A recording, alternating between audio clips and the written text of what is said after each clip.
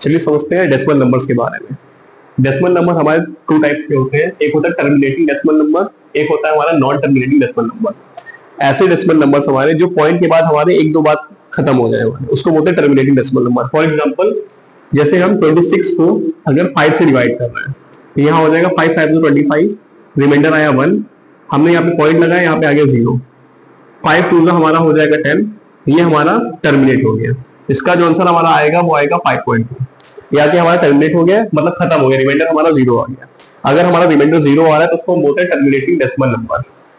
एक होता है हमारा नॉन टर्मिनेटिंग डेसिमल नंबर। इसमें क्या होता है, जैसे कि हम 10 को 3 से डिवाइड कर रहे हैं तो यहाँ पे हो जाएगा 3 3 का 9, रिमाइंडर आया हमारा 1, पॉइंट लगाया यहाँ पे 0 आ गया, फिर 3 3 का 9, यहाँ पे 1 आया, फिर पॉइंट लगाया फिर 0 आ गया, 3 3 का 9, यहाँ पे आया 1, फिर पॉइंट लगाया फिर 0, 3 3 का 9, यहाँ पे आया 1।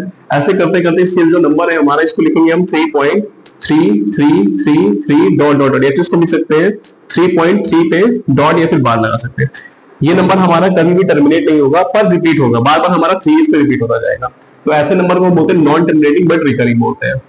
ऐसे नंबर हमारे जो टर्मिनेट होते हैं ना रिकरिंग होते हैं उसको बोलते हैं नॉन टर्मिनेटिंग नॉन रिकरिंग। जैसे कि पाई की वैल्यू, पाई की वैल्यू हमारी होती है 3.1415926535, ये कभी भी ना टर्मिनेट होगा ना रिपीट होगा, इसको बोलते हैं नॉन टर्मिनेटिंग नॉन रिकरिंग। इसका एक और एग्जांपल समझते हैं, अपने मन से कोई भी नंबर ले लें हम 0.12379415621947 डॉट डॉट डॉट, ना ही टर्मिनेट होगा कभी ना ये रिपीट होगा, इस पर रिमाइंडर कभी 0 नहीं आएगा, इसको हम बोलते हैं नॉन टर्मिनेटिंग नॉन रिकरिंग।